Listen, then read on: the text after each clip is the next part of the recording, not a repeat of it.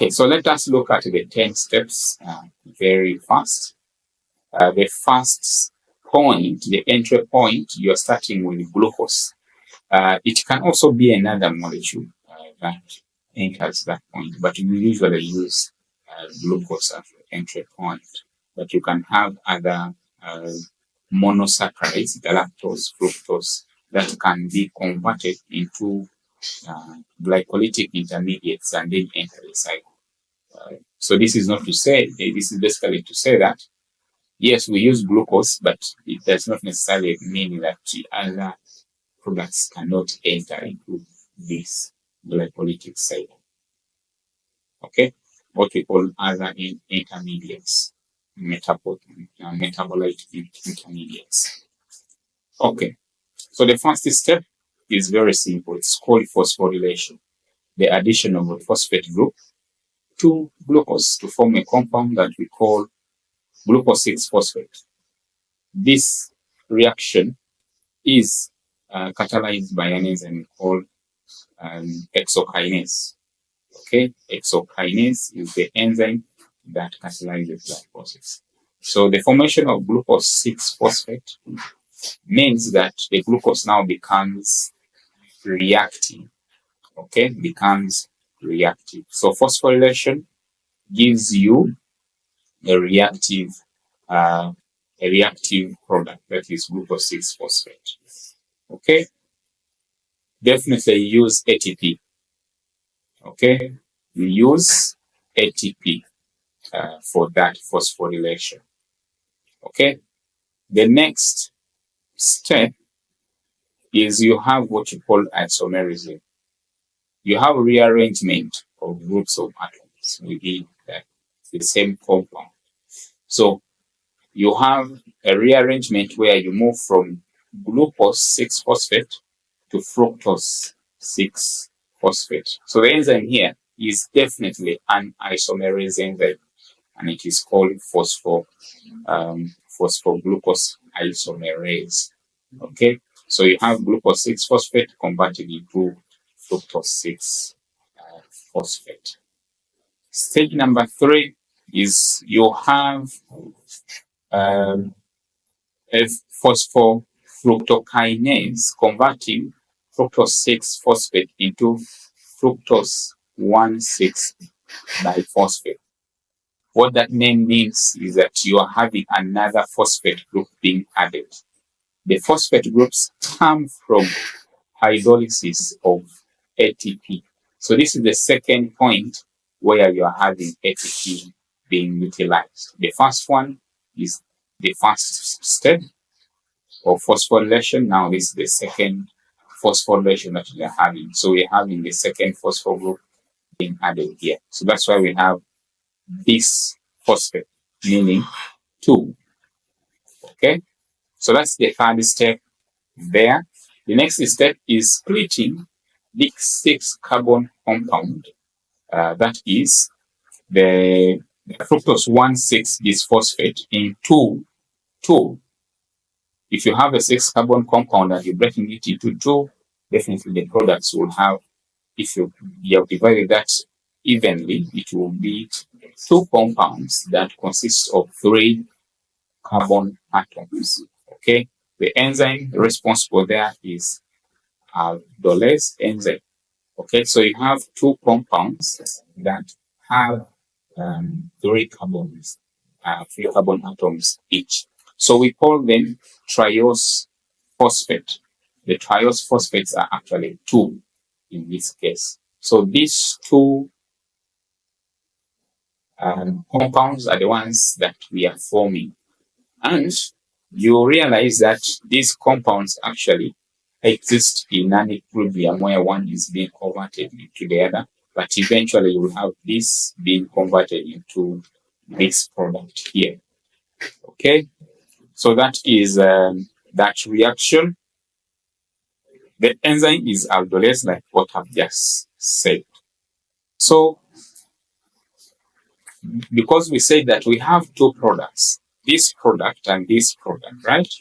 Those are the 2 3-carbon compounds that we have. So one has to be converted into the other. So you have an isomerase enzyme coming in, converting this dihydroxyacetone phosphate to glyceraldehyde 3 phosphate. These are, remember, these are now two molecules, two compounds.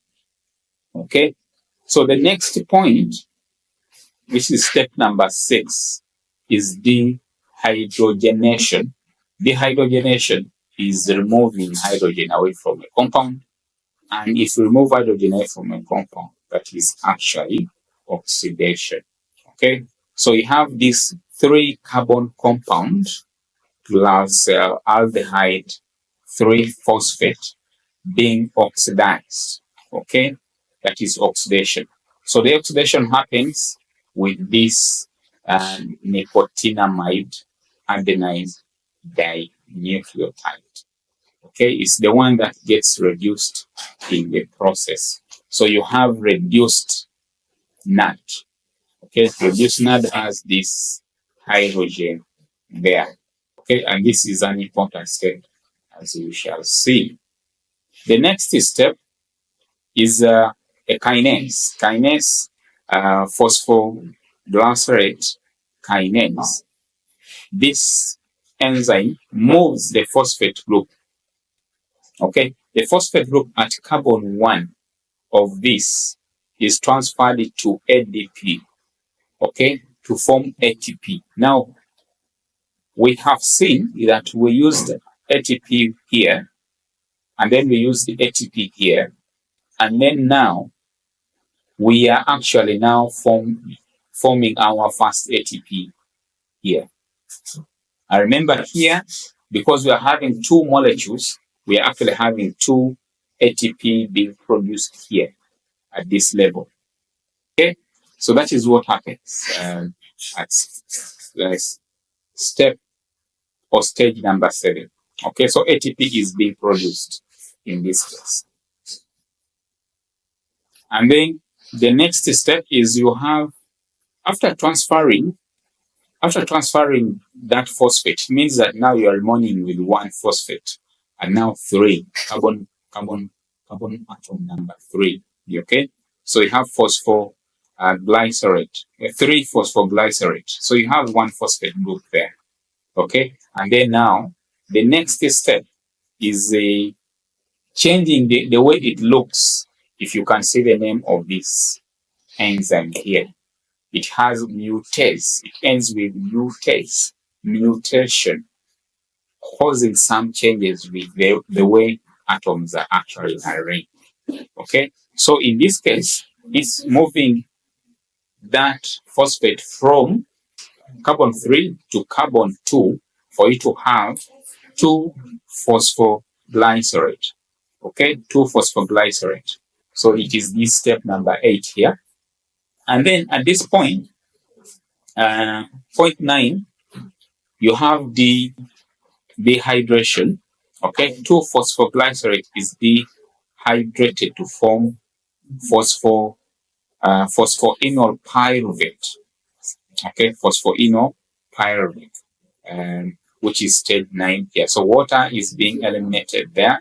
And then the last step, of course, that reaction is catalyzed by arenolase enzyme. Okay, and this creates a high energy phosphate bond, right? Yes. So the last step is forming our end product, one of the most important end products, but of course it's not the only one, and that is pyruvate. So the phosphoenol pyruvate is converted to pyruvate, okay, through decarboxylation, and that decarboxylation gives you ATP. More energy is released here. Remember, 2 were released there. So you have a total of 4 ATPs that are being produced in glycolysis. But remember, we use the 2 here. We use the 2 there. Okay? So that's the last step of glycolysis. So, summary. So you have each triose phosphate producing 2 ATP. Let's kind of summarize what we have looked at. Remember, we have two compounds that consist of three carbon atoms each, and they are the ones that we are calling the triose phosphate.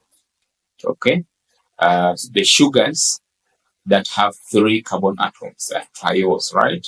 And then the phosphate, triose phosphate, meaning it's the sugar that has a phosphate group.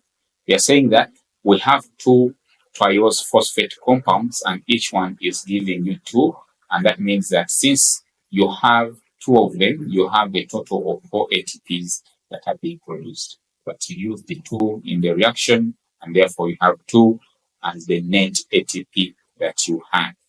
Okay?